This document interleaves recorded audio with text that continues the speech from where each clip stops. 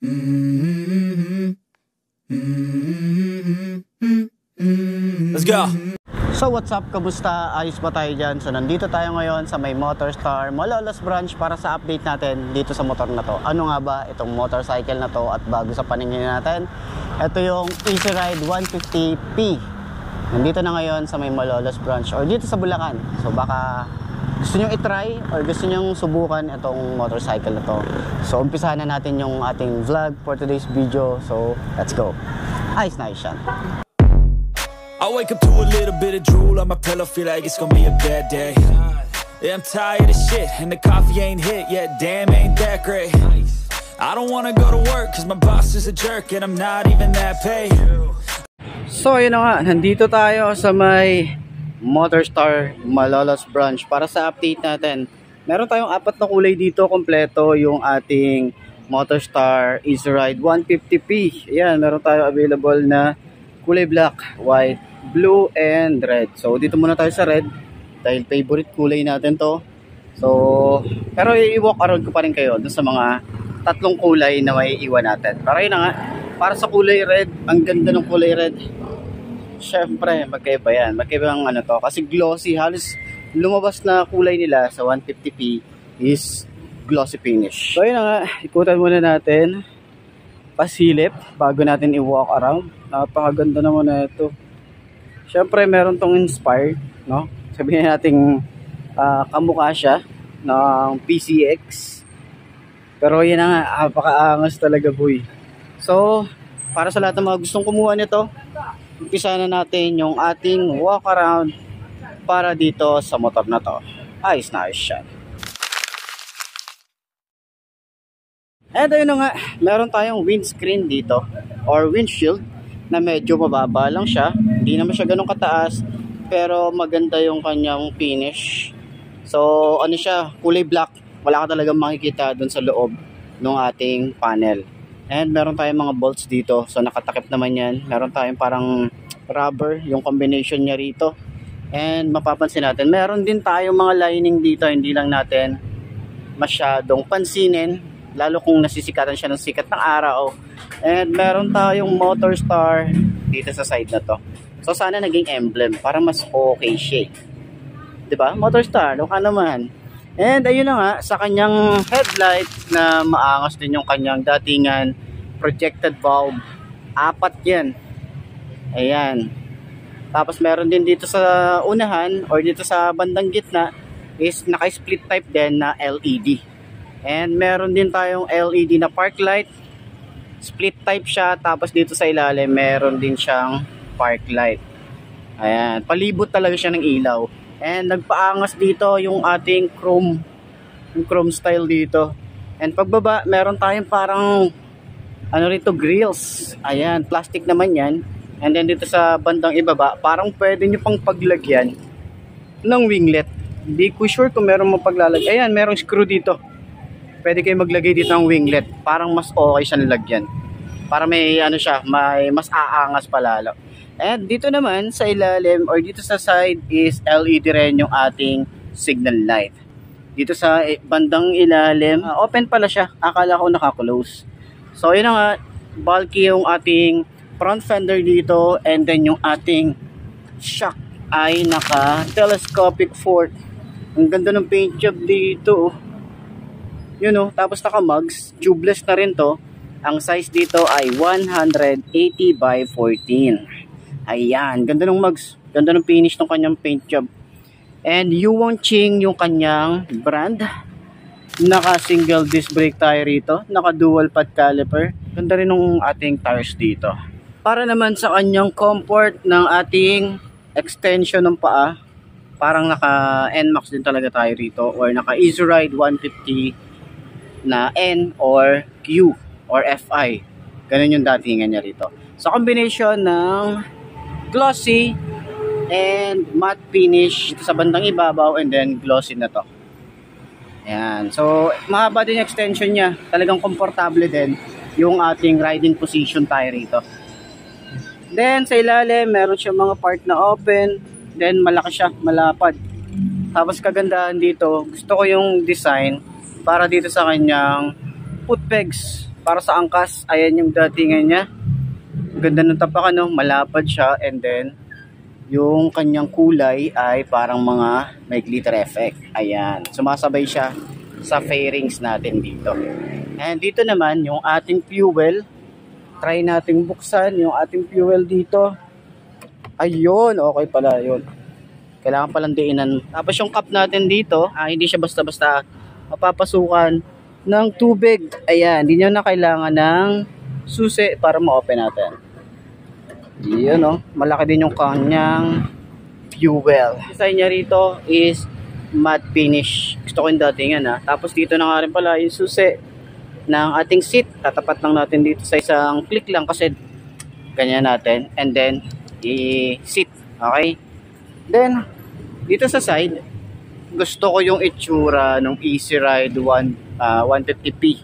Yung Easy Ride niya, yung emblem, ganda, napaka-premium nung datingan. And then may 150p dito. And then dito sa side, naka-air-cooled pa rin naman tayo rito. So marami magtatanong kailan magkakaroon ng FI2. Abangan natin. Yun ang ating update para sa inyo. So yun nga, meron tayo ritong tire hugger or mudguard. Ayan, flexible din yan. Naka-dual shock tayo rito.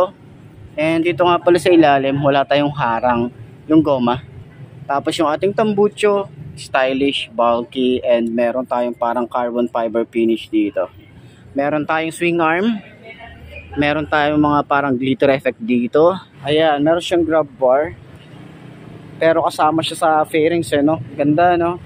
So pwede kayong humawak dito. Malapad siya or malawak siya. Pwede kayong humawak dito sa side. And then, tingin ko pwede nyo alisin to or di ako sure kung pwede nyo paglagyan to nung top box. Parang dito pa lang pwede na, no? Di ba natatanggal to? Comment nga kayo sa baba. Kasi ito, may screw dito. So, hindi ako sure kung pwede kayo magpatong dito ng top box. Pero okay sana siya, no? Kung may ganun. Lalim niya. Tapos, nagustuhan ko rin dito yung itsura ng ating taillight. Split type din siya. Tapos, meron siyang design na pa letter C. Baliktaran na letter C. Tapos meron din tayo ritong signal light. LED rin yan. Stylish yung dating ano. Plate light.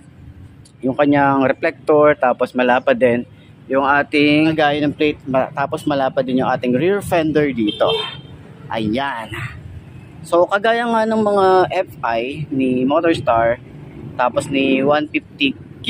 Ay tama, 150Q. Is nasa loob or nasa gitna mismo yung ating disc brake. So naka single disc brake to, naka single pad caliper din tayo rito, naka mugs, tubeless na rin to, and then ang size dito sa likod ay 120/70 by 14. Ayan. So sa shock nga pala niya hindi siya adjustable, pero ito yung panggilid, bulking tingnan, stylish, matte finish to. Ayan o, ganda rin ng finish o. Tapos dito rin, glossy gray. Meron tayong naka-emboss dito ng Motorstar. Talagang kay Motorstar to, di na maaalis. Meron pa rin tayong kickstart. Yun. And sa kanyang side stand, wala tayong kill switch para dito. Dito naman sa upuan, malapad din. Tsaka nagustuhan ko rin dito, meron siyang design dito na parang ayan o, parang katulad nun sa atin, sa motor natin. Meron tayong stopper dito. Kaya yung ating rider, pwede siyang sumandal dito. Tapos, yung OBR natin, ayan. Yung kanyang upuan, makapal, malapad, and malambot yung kanyang foam. And dito naman sa side ng rider, hindi siya mukhang bukaka. Mamaya sakyan natin para at least malaman natin yung itsura natin dito. Ayan, so ganda ng foam, napakalambot. And naka-hydraulic na din yan, ganyan ang itsura niya. Pero nagustuhan ko dito dahil ganyan yung itsura ng ating upuan, pwede nyo siyang i-extend. Oh, di ba? Yung iba kasing nakikita natin, ito yung karamihan na sinasabi ko na nakaganyan nga, tapos di mo na siya maaangat pa, hanggang dyan lang. Pero ito, extended siya. Hindi ka mahihirapan maglagay dito sa napakaluwag nating compartment. Itong maganda rito sa long ride. Ang dami mong mailalagay dito, 'di ba? Dito na rin yung ating battery. Meron tayong helmet hook dito, dalawa naman yan. And ganyan yung tsura niya, apakalaki. Hindi ko sure kung kasya dito yung ating full face, pero sa half face parang pwede, no? Isa pa sa mga nagustuhan din natin dito ay naka naked handlebar na tayo rito. Talagang ang ganda, no? Parang mas gusto kong ilagay ito dun sa ano natin sa motor natin, itong handlebar nila Ayan, naka-upright naman yan. Ganda ng finish din dito. And then yung mga switches niya is mukha naman siyang premium. So, naka fully digital na rin tayo rito. Wala tayo halos makikita rito. Ganda rin tsura. Pati yung dashboard niya rito, pati yung plastic dito, maganda yung design. Ayan. Tapos yung mga wire naman natin dito, safe naman siya. Then dito sa kanyang switches, dito sa side, meron tayong kill switch, on and off ng kanyang park light, headlight, and off. Electric starter, lever niya, malapad din. Yung grip niya, makapit din. Simple lang, no? Pero yung throttle niya, yun, mababaw lang. Tapos maganda rin siyang hawakan.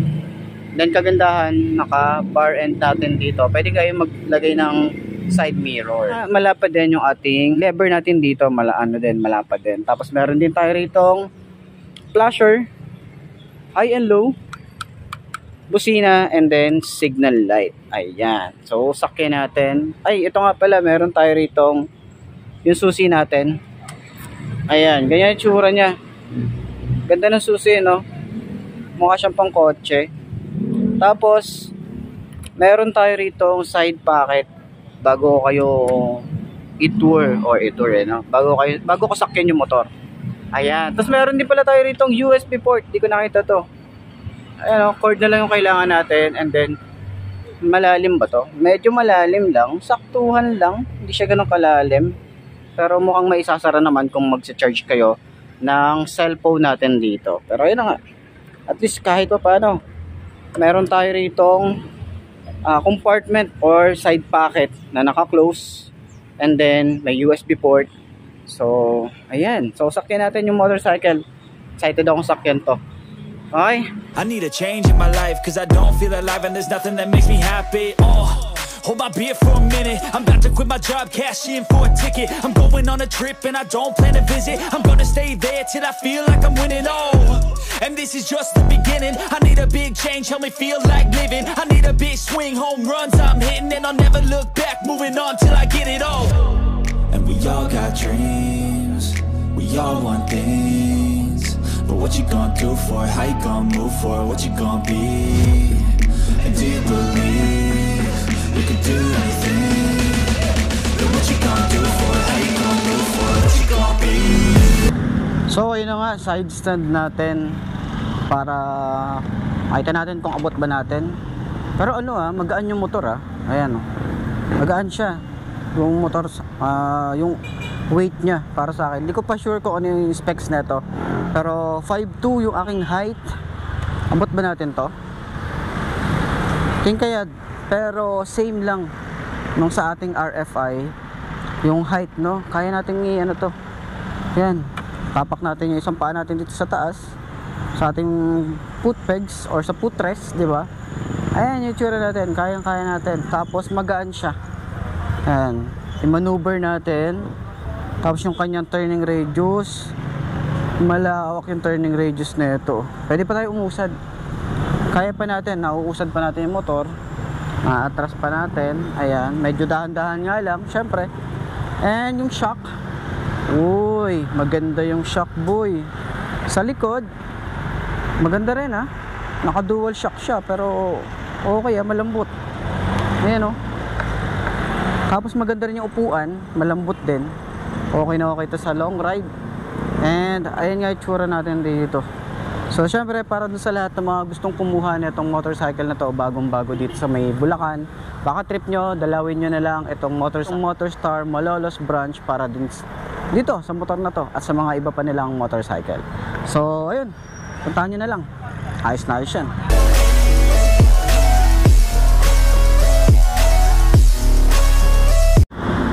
So yun nga mga best, no? Ito na ba ang motor na babagi sa'yo? Kung ito na nga ay marka mo na yan at mag-subscribe ka na sa aking YouTube channel, i-click mo na rin yung notification bell para updated ka sa lahat ng videos na upload natin dito araw-araw. So laging tatandaan, wala sa brand ng motor ang tatagal yan, kundi na sa pag-aalaga mo yan, tatagal yan, ayos na ayos yan. So okay, tata na lang ulit tayo bukas. I'm Mark D. Ciao. Maraming salamat sa inyo. Bye-bye!